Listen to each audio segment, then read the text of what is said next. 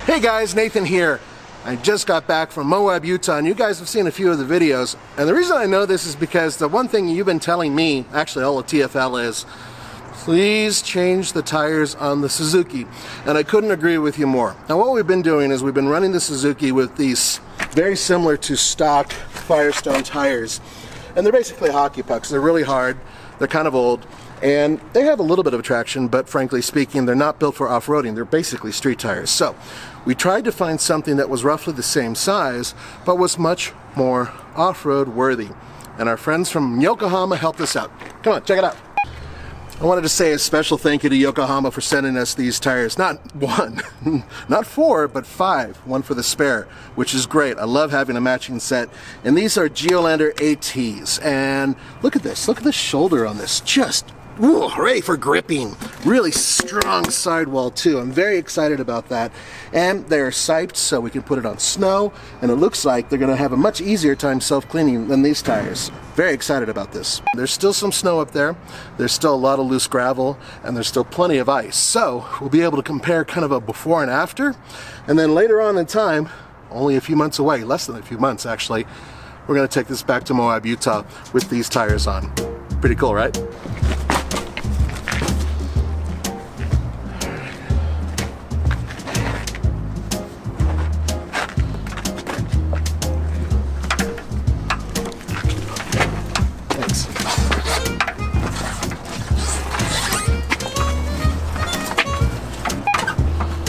There we go.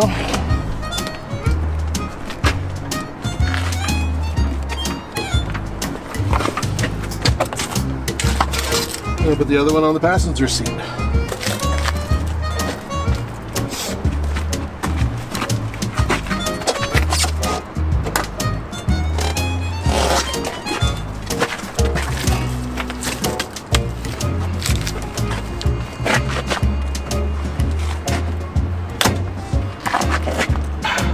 And we're back.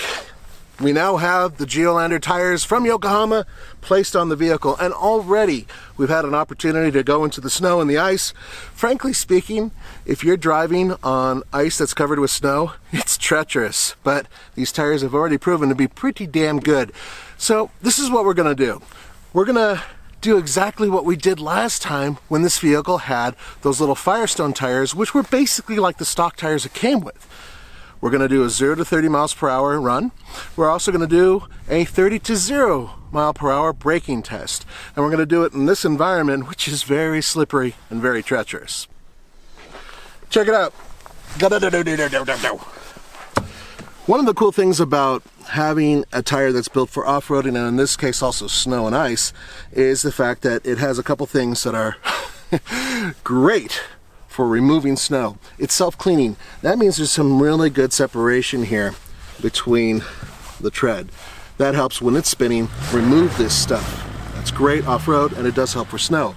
But what else helps, if you can look real carefully, are these little sipes. These help on ice. Little sections open up a little bit and help you claw into the ice, which frankly speaking is awesome. Without that, we'd be slipping and sliding an awful lot. Check this out. Woo. Oh yeah. Yep, that's me doing figure skating on this stuff. It is really, really slippery underneath here. And because of that, well, frankly speaking, safety's an issue. So we're gonna put this in a 4-wheel drive. I'm not gonna screw around with driving this thing. 2-wheel drive, lock up these hubs, easy enough. I know it's kind of a pain, but a lot of people who off-road swear by having manual locking hubs. Once you're in for, you're in for, it stays.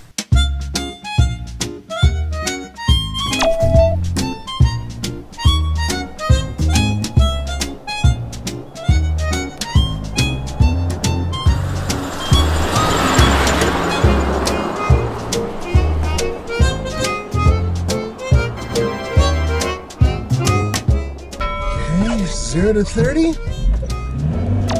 Here we go.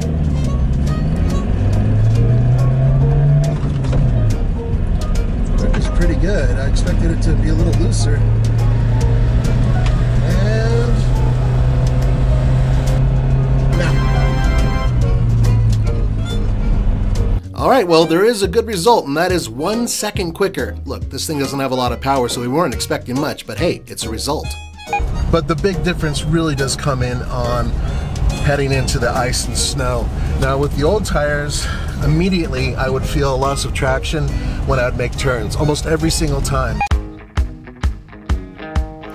Now, in the old location with the old tires, which is what you're looking at right now, we had to stop in 218 feet. That's not so great.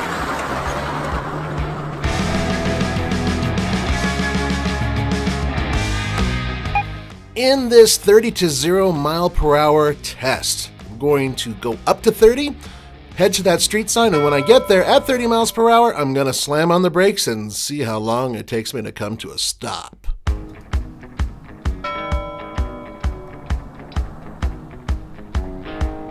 "30 to 0, my very snowy hill.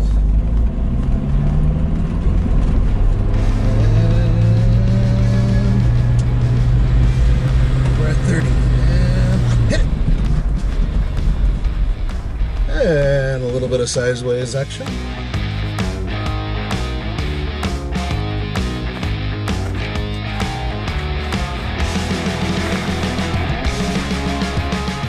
So what was the number? 59.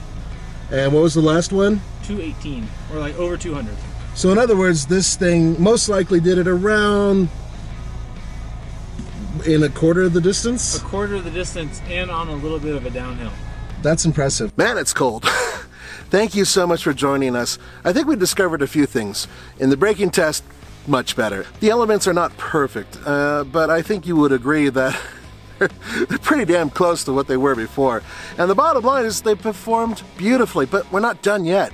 We have to take this vehicle with these new tires to Moab. We have to take it off-road. We have to put it through dirt and mud and water and snot and slime and everything else we can find. And we have to put them on the street. And hopefully, I suspect, they will perform a lot better. Thank you once again to Yokohama for sending us these Geo Landers. They have performed beautifully so far. For the Fastline Car, this is Nathan. Don't forget to go to TFL Car and TFL Truck and TFLnow and TFL Off-Road for more news, views, real-world reviews, and more fun. I'll see you next time.